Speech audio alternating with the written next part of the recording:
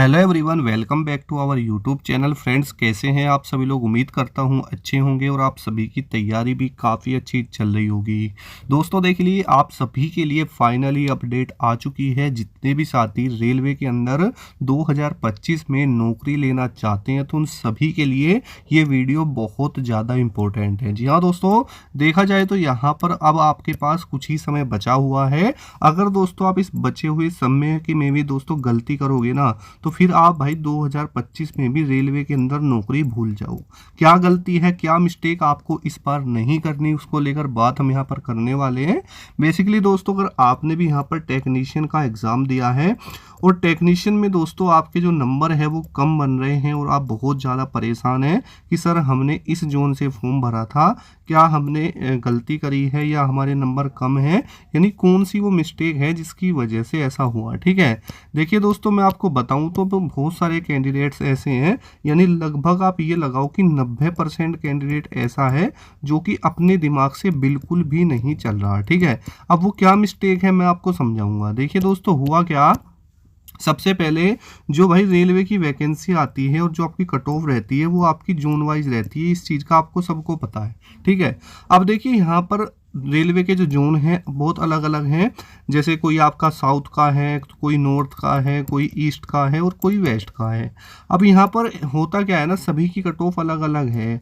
अब जैसे मान के चलो आपने टेक्नीशियन का जब वैकेंसी आई थी और जो फॉर्म अप्लाई किए थे, आपने ये सोच के फॉर्म अप्लाई किए थे कि मैं यहाँ पर साउथ में अप्लाई कर देता हूँ, जैसे यहाँ पर आपका चेन्नई हो गया या आपका दोस्तों गुवाहाटी हो गया, तो यहाँ की जो कट ऑफ है वो डाउन जाती है। लेकिन दोस्तों हो गया इसका अपोजिट, क्या हो गया, बच्चों के वहाँ मार्क्स हैं अच्छे खासे। ठीक है, तो दोस्तों जो ये दिमाग है ना, ये दोस्तों हर बच्चा लगाता है। आप अपने आप को होशियार समझते हैं, पता नहीं क्या करते हैं। अब वही दिक्कत दोस्तों क्या हुई, आपके सामने वैकेंसी थी ग्रुप डी की। ठीक है, रेलवे ग्रुप डी की वैकेंसी दोस्तों आपके सामने आई, जिसमें लगभग 32,000 के समथिंग में यहाँ पर पोस्ट थी। अब दोस्तों हुआ क्या, यहाँ पर सबको पता था कि रेलवे ग्रुप डी के अंदर भाई साहब लगभग 1 करोड़ का जो ये आंकड़ा है फॉर्म का, ये छू जाएगा। ठीक है, और ऐसा ही लगभग सेम प्रोसेस यहाँ पर हो रहा है।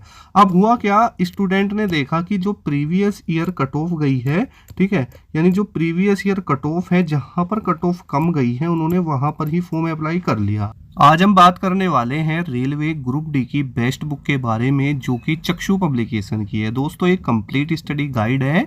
इस किताब की जो खासियत है वो ये है दोस्तों, इस किताब के अंदर आपको जो प्रीवियस ईयर क्वेश्चन है ना, वो सारे मिलते हैं चैप्टर वाइज, यानी जो सीधे तौर पर आपके एग्जाम में पूछे जा सकते हैं वो सारे ही इसके अंदर कवर किए गए हैं। साथ ही दोस्तों इस किताब को बहुत ही ईजी लैंग्वेज में तैयार किया गया है। साथ ही दोस्तों कम जो है बिल्कुल, आप इसका जो प्राइस है इतना रखा गया है कि आप इसे जो है अफोर्ड कर सकते हैं। ठीक है, अब देखिए मेरे पास डाउट आ रहे थे कि सर कोई हमें एक कोई ऐसी बुक बताइए कि ऐसी इस तरीके से उसको डिज़ाइन किया गया हो कि जिसमें प्रीवियस ईयर चीज़ें भी हों और जो पेपर में चीज़ें पूछी जाती हैं वो हो, तो ये आपके लिए दोस्तों बेस्ट रहेगी।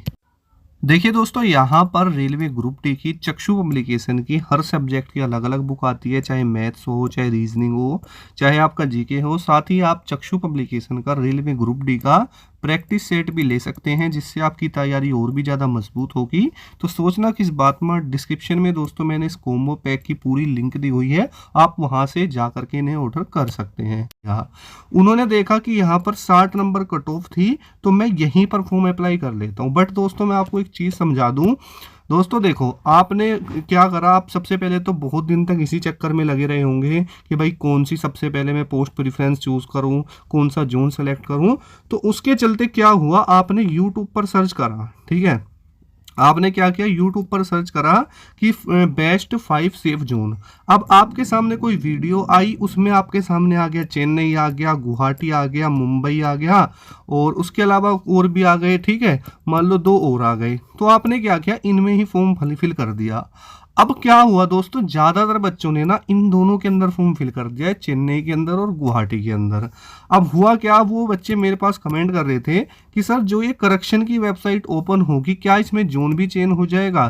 तो दोस्तों मैं आपको एक चीज़ समझाना चाहता हूँ। पहली बात तो देखो, करेक्शन में मुझे लगता नहीं है, 99% चांस तो मैं ये कहूँगा कि नो के हैं कि आपका जो है नहीं होगा। अगर दोस्तों 1% होता भी है, या दोस्तों आप फिर भी बिल्कुल मिस्टेक मत कर देना अभी, ठीक है, वैसे तो होगा नहीं। अगर दोस्तों अभी आपने देखा कि पहले तो सब बोल रहे थे गुवाहाटी है, चेन्नई है, यहाँ कट ऑफ कम जाएगी, अब यहाँ पर इतना आंकड़ा बन गया है कि भाई यही अब डेंजर जोन बन गए हैं, ठीक है।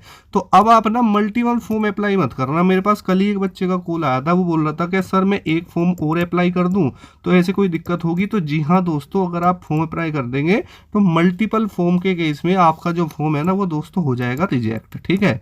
अब रिजेक्ट हो जाएगा तो फिर इससे आप ही को दिक्कत होगी। अब दोस्तों मेरी बात समझिए, वैकेंसी है दोस्तों लगभग आपकी 32,000 के समथिंग में। फॉर्म जो फिल होंगे लगभग दोस्तों 1 करोड़ का जो आंकड़ा है ना लगभग छू जाएगा, यानी 80-90 लाख फॉर्म तो लगभग होंगे ही होंगे, ठीक है।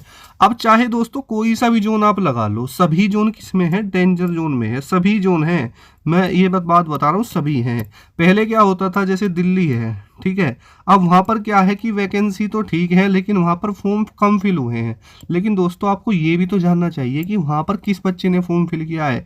जैसे आपका दोस्तों मैं बताऊँ, आपका प्रयागराज है, ठीक है, प्रयागराज में आपको ये भी तो पता होना चाहिए किन बच्चों ने वहाँ पर फॉर्म अप्लाई किया। दोस्तों अगर वहाँ पर आपने जैसे गुवाहाटी में फॉर्म अप्लाई किए हैं, ठीक है, वहाँ भर गए 8 लाख, और अगर दिल्ली में दोस्तों 5 लाख भी फॉर्म होंगे ना तो भी ये जो आंकड़ा है ना ये 5 लाख ही है ना, कट ऑफ इससे ऊपर पहुँचा देंगे। आपको ये ध्यान रखना इस चीज़ को।